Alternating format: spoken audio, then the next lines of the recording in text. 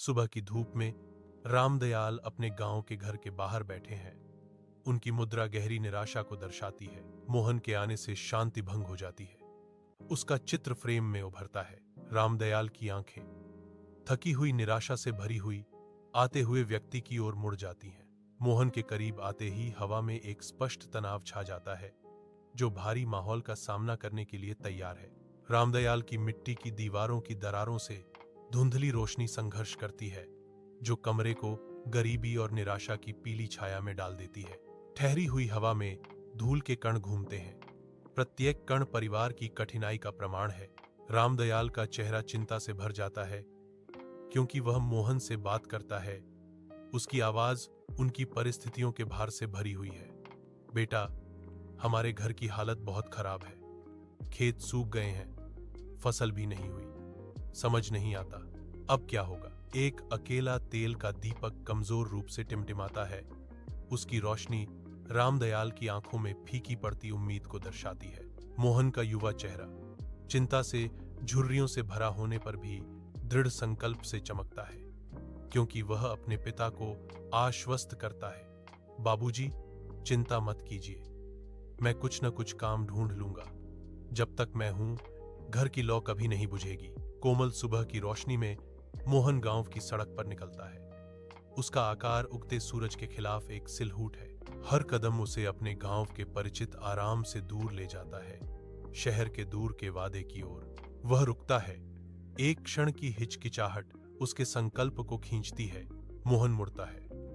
उसकी निगाहें अपने घर के विनम्र सिलहूट की ओर खींची जाती हैं। उसके चेहरे पर एक मूक विदाई अंकित है। सुबह की हवा शांत है, यादों की फुसफुसाहट लिए हुए, जैसे वह अपने घर की ओर देखता है।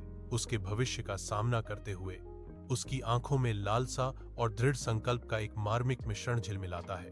एक तंग शहर के कमरे में मोहन एक मंद रोशनी में अपनी किताबों पर ध्यान देता है। उनकी आंखें थकान से भरी हुई देर रात और अथक अध्ययन को दर्शाती हैं। हर पन्ना पलटा उसकी अटूट समर्पण का प्रमाण है। उसके चेहरे पर थकावट के बावजूद उसे अपनी आकांक्षाओं का भार दबाता हुआ प्रतीत होता है, क्योंकि वह जागते रहने के लिए संघर्ष करता है। फिर भी वह अदम्य है, एक ऐसी शक्ति से प्रेरित है जो अदृश्य है लेकिन गहराई से महसूस होती है। धुंधले कमरे में मोहन अकेला खड़ा है। गहरी सोच में खोया हुआ, दीवारों पर छायाएं खेल रही हैं।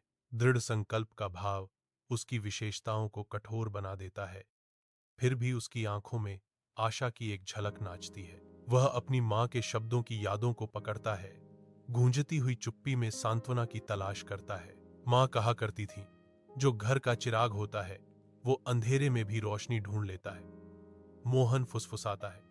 उसकी आवाज अंधेरे में एक नाजुक मशाल है। कड़ी धूप में मोहन शहर की फैक्ट्री में काम करता है। उसका सिलहूट औद्योगिक परिदृश्य के खिलाफ स्पष्ट है। प्रत्येक गति अथक परिश्रम का प्रमाण है। पसीना चमकता है, क्योंकि वह मांगलिक कार्य से गुजरता है। फैक्ट्री गूंजती है।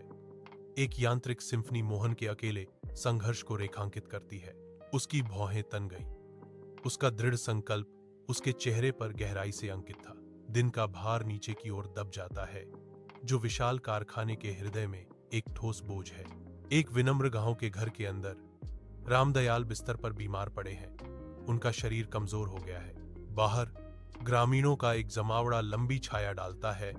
उनके चेहरे तिरस्कार से मुड़े हुए हैं, मौन को भेदते हुए ताने और उपहास बीमार रामदयाल पर केंद्रित हैं, जिससे हवा तनाव से भर जाती है। उनका सामूहिक उपहास एक अदृश्य बाधा बनाता है, जो रामदयाल को उसकी पीड़ा में अलग थलग कर देता है। उनके तिरस्कार का भार भारी है। एक स्पष्ट अंधेरा छोटे से गांव के घर को घेरे हुए है। दोपहर की कड़ी धूप में रामदयाल अपने विनम्र घर के बाहर एक अकेला व्यक्ति खड़ा है। उसके चारों ओर लंबी छायाएं फैली हुई हैं। उनका चेहरा समय और कठिनाई से बनी झुर्रियों का एक नक्शा, लचीलापन और जीवित रहने की कहानियां बताता है। गांव वाले उसे ताना मारते हैं। उनकी आवाजें संदेह और तिरस्कार से भरी हैं। तेरा बेटा तो शहर जाकर भूल गया, अब कौन संभालेगा तुझे? रामदयाल कोई प्रतिक्रिया नहीं देता। उसकी चुप्पी उनके तानों के खिलाफ एक ढाल है। उसके मौसम के थपेड़ों से झुर्रीदार हाथ थोड़ा कस जाते हैं, जो अंदर चल रहे तूफान का एकमात्र दृश्यमान संकेत है। उसके दिल में गहराई से विश्वास एक जिद्दी लौ की तरह टिमटिमाता है, जो निराशा से बुझने से इनकार करता है। गांव के बाहरी इलाके में एक बड़ा गाड़ी रुकती है, जिससे धूल उड़ती है। इसकी यात्रा का अंत बसने वाली धूल से चिन्हित होता है। घिसे हुए लकड़ी के पहिए विरोध में चरमराहट करते हैं, क्योंकि गाड़ी रुक जाती है।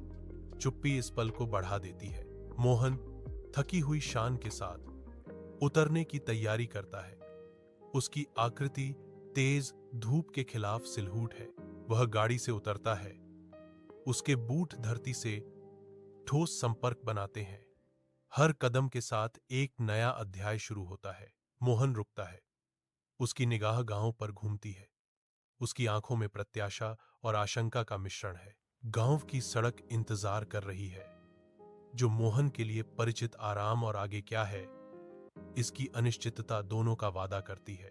सूखी धरती पर मोहन के नंगे पैर दौड़ते हुए धूल उड़ती है। गांव के घर के पृष्ठभूमि के खिलाफ उसका छोटा सा शरीर दृढ़ संकल्प का एक बवंडर है।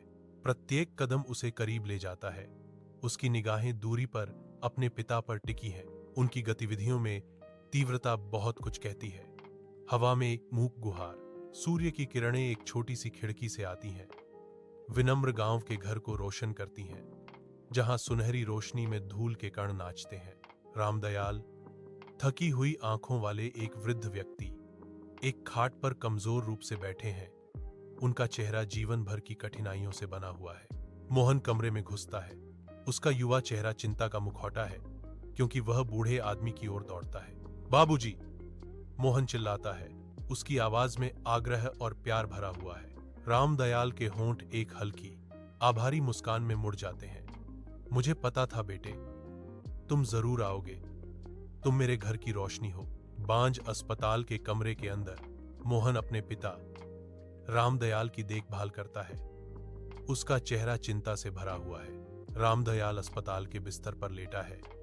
उसकी थकी हुई आंखें धीरे धीरे खुल रही हैं, जो उसकी सेहत में सुधार की शुरुआत का संकेत देती हैं। मोहन धीरे से अपने पिता के ऊपर कंबल ठीक करता है। कमरे में देखभाल और समर्थन का एक मौन वादा भर रहा है। चिकित्सा उपकरणों की धीमी गति रामदयाल की सांस को नियमित करती है, जो आशा का संकेत है। तेज धूप में मोहन अपने घर का नवीनीकरण करने में व्यस्त है। ताजा पेंट की गई दीवारें चमकती हैं, जो उसकी कड़ी मेहनत का प्रमाण है।